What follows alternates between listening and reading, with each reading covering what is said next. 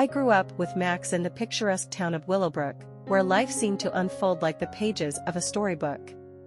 Max, with his tousled chestnut hair, had always been the boy next door, quite literally. His eyes, the color of a clear summer sky, had been my refuge for as long as I could remember. He worked as a wildlife photographer, his camera capturing the beauty of nature's secrets. I, on the other hand, was the town's librarian, a quiet soul who found solace among the pages of old books. But beneath the tranquil facade of our town, there lay a story that only my heart knew. It was a story of unrequited love, a love I'd carried for Max since the days of treehouse secrets and bicycle races. I had watched him grow into the handsome, adventurous man he had become, but my feelings had evolved in a different way. One summer evening, the setting sun painted the town in shades of orange and gold, and we found ourselves on the porch of my cozy cottage.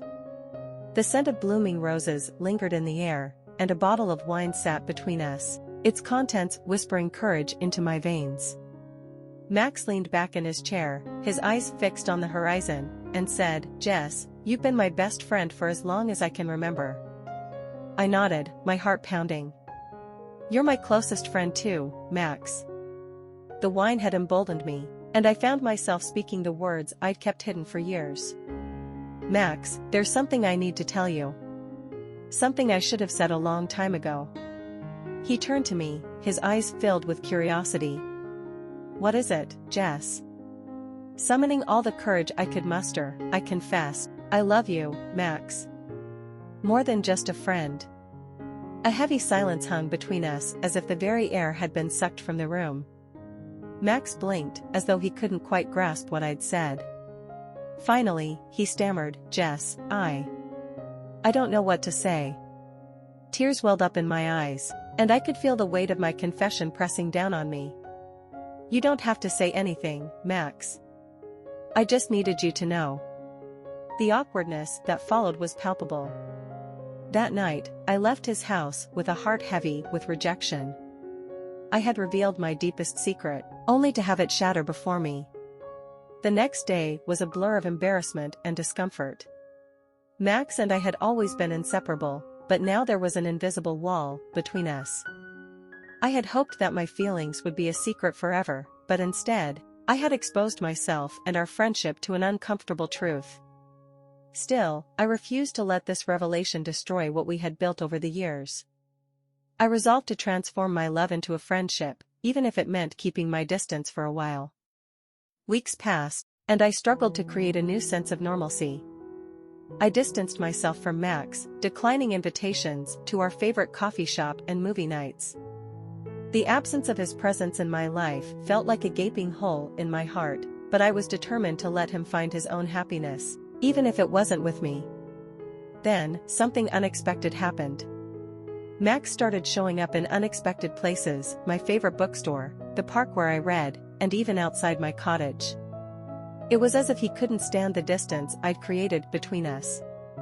One evening, he appeared on my doorstep, his eyes filled with desperation. "Jess," he began, "I can't take it anymore. I miss you."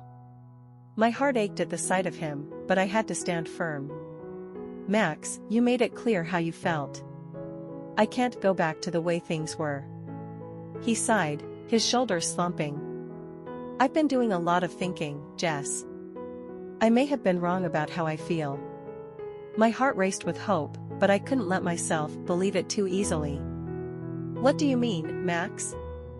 He looked into my eyes, his voice filled with sincerity. "Jess, I thought of us like family, like siblings. But I've come to realize that it's more than that. I love you, Jess, not just as a friend." The emotions inside me swirled like a tempest. Part of me longed to embrace him, to accept his confession and allow our love to bloom. But another part, the part that had been wounded by his rejection, held back. "Max," I said hesitantly, "how can I trust that this isn't just a response to my distancing myself? That it's not just because you're afraid of losing a friend?" He took my hand gently, his touch sending a shiver down my spine. "I understand your doubt, Jess, but I promise you, my feelings are genuine. I've spent these past weeks soul-searching and realizing that I love you, not just as a friend but as something more. The sincerity in his eyes finally broke down the walls I had erected around my heart. I saw the vulnerability in him, the fear of losing me, and the depth of his emotions. It was then that I knew, against all odds, that our love was real. We took a chance on each other, and our love flourished like a dormant seed finally given the chance to grow. It was a love that had been tested by rejection and doubt, but it had emerged stronger and more profound. In the end, we realized that sometimes, love is not as straightforward as we wish it to be. It can be tangled, confusing, and painful, but it can also be worth the struggle. Our unrequited love had transformed into a deep and abiding affection that neither of us could deny, and it was a love that we were willing to fight for, no matter the obstacles that had stood in our way. As we stood there, hand in hand, I knew that Willowbrook would forever be the backdrop of our love story, a story that had taken unexpected twists and turns, but had ultimately led us to each other.